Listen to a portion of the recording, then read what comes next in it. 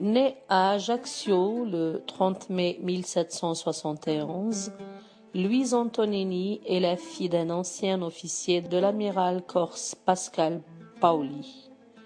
On ne connaît rien de son enfance, si ce n'est qu'elle devient orpheline à l'âge de 10 ans.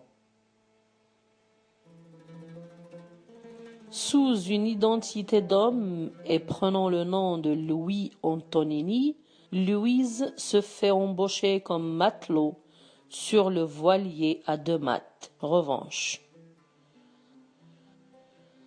Son bateau fait naufrage en mai 1790 et Louise embarque ensuite à bord de la frégate Cornelie qui fait voile vers les Antilles. Dans un contexte de guerre de conquête des îles d'Amérique entre la France et l'Angleterre, Louise devient corsaire française et participe comme les autres aux batailles. Blessée et capturée par les Anglais lors d'une bataille aux Saintes en 1802, Louise est conduite à Plymouth et incarcérée dans un ponton flottant pendant 18 mois.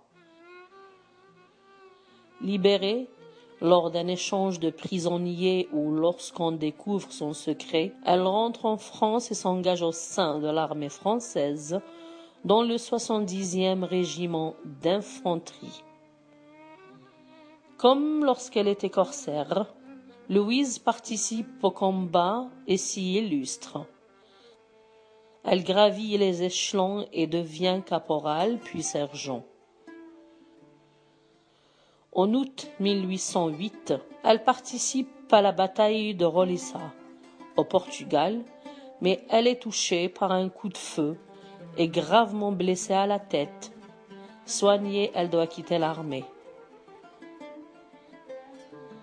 Privée de moyens de subsistance, Louise connaît par la suite une existence précaire et dont les détails ne sont pas connus.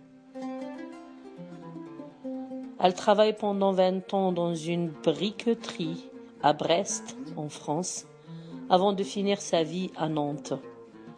Elle meurt à l'Hôtel-Dieu de Nantes en juin 1861, à l'âge de 90 ans.